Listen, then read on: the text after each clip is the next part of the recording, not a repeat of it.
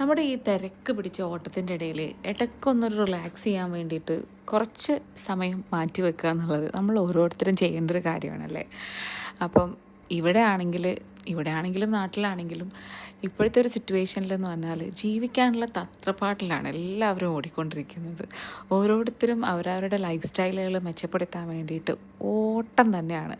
അതിൻ്റെ ഇടയിൽ ചിലപ്പോൾ നമ്മൾ നമ്മുടെ പാർട്ട്ണറുമായിട്ട് കുറച്ച് സമയം സ്പെൻഡ് ചെയ്യാനായിട്ട് ചിലപ്പോൾ വിട്ടുപോവാം, അല്ലെങ്കിൽ നമ്മുടെ മക്കളുമായിട്ട് ആ ഒരു ടൈം സ്പെൻഡ് ചെയ്യാനായിട്ട് വിട്ടുപോവാം. അപ്പം നമ്മളൊക്കെ എത്ര തിരക്കിൻ്റെ ഇടയിലാണെന്നുണ്ടെങ്കിലും നമ്മളൊന്നും വിട്ടു പോവാൻ പാടില്ലാത്ത കാര്യങ്ങളാണ് അല്ലേ. കുറച്ച് നമുക്ക് വേണ്ടിയിട്ട്, അല്ലെങ്കിൽ നമ്മുടെ ഫാമിലിക്ക് വേണ്ടിയിട്ട് കുറച്ച് സമയം മാറ്റി വെക്കുക എന്നുള്ളത്, അത് എല്ലാവർക്കും ഒന്നും എപ്പോഴും പറ്റിയെന്ന് വരില്ല. പക്ഷേ എപ്പോഴെങ്കിലും പറ്റുമ്പോൾ എപ്പോഴെങ്കിലും അതിനായിട്ടൊരു സമയം തിരഞ്ഞെടുക്കുക. അങ്ങനെ ഒരു ഡ്രൈവ് പോവുക. ഒന്നെങ്കിൽ അതൊരു ഡ്രൈവ് ആയിരിക്കാം, അല്ലെങ്കിൽ ജസ്റ്റ് ഒരു പാർക്കിൽ പോയിട്ട് അവിടെ കുറച്ച് നേരം ഇരിക്കുന്നതായിരിക്കും. അപ്പം അങ്ങനെ ഒരു ദിവസമായിരുന്നു നമ്മൾ അല്ലയ്യ കനാലിൽ പോയൊരു ദിവസം എന്ന് പറയുന്നത്. വളരെ അൺപ്ലാൻഡായിട്ട് നടന്നൊരു സംഭവമാണ്. കാരണം അന്ന് വൈകുന്നേരം ഇതുപോലെ എവിടേക്കെങ്കിലും പോകാമെന്ന് പറഞ്ഞിട്ട് ഇറങ്ങിയതാണ്. കുറേ ലൊക്കേഷൻ നോക്കി, എവിടെയും നടന്നില്ല.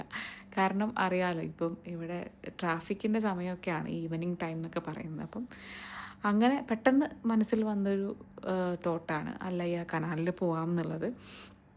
അങ്ങനെ നമ്മൾ അവിടെ പോയി. മുന്നേ ഞാൻ ഒരിക്കൽ ഫ്രണ്ട്സുമായിട്ട് പോയിട്ടുണ്ടെങ്കിലും അവിടെ എല്ലാ ഭാഗവും ഒന്നും നമ്മൾ എക്സ്പീരിയൻസ് ചെയ്തിട്ടുണ്ടായിരുന്നില്ല. അപ്പോൾ ജസ്റ്റ് പോകാമെന്ന് വിചാരിച്ചു. അങ്ങനെ നമ്മൾ നേരെ അല്ലയ്യ കനാലിലേക്കാണ് പോയത്. പക്ഷേ എന്തെന്നാ പറയുക, കുറേ കാലത്തിന് ശേഷം ഒരു മൈൻഡ് ഫ്രീ ആയിട്ട് നമ്മളിങ്ങനെ എയറിലിങ്ങനെ എന്താ പറയുക, ഫ്രീ ആയിട്ട് നടക്കില്ലേ, അങ്ങനത്തെ ഒരു ദിവസമായിരുന്നു അന്നെന്ന് പറയുന്നത്. ഒരുപാട് എന്തൊക്കെയോ ഒരു റിലാക്സേഷൻ കിട്ടിയൊരു ദിവസം. കാരണം ഓട്ടം തന്നെയാണ് പല പല കാര്യങ്ങൾക്ക് വേണ്ടിയിട്ടും, ജീവിതത്തിൽ പല പല കാര്യങ്ങൾ അച്ചീവ് ചെയ്യാൻ വേണ്ടിയിട്ടും ഓടിക്കൊണ്ടിരിക്കുക തന്നെയാണ്. എന്താ പറയുക, നമുക്ക് ഒരിക്കലും ഒരു വിശ്രമിക്കാനുള്ളൊരു സമയമോ അല്ലെങ്കിൽ സ്വന്തമായിട്ട് നമുക്കൊരു മീ ടൈം എന്ന് പറഞ്ഞിട്ടുള്ളൊരു ടൈമോ ഒന്നും ഈയിടെയായിട്ട് നമുക്ക് ആർക്കും കിട്ടുന്നില്ല.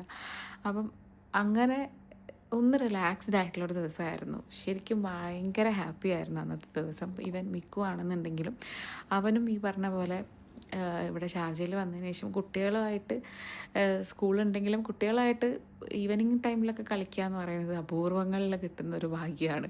അപ്പോൾ അവനക്കും അന്ന് അവിടെ പോയപ്പോൾ കുറേ ഫ്രണ്ട്സിനൊക്കെ കിട്ടി. അപ്പം അവനും ഹാപ്പി ആയിരുന്നു.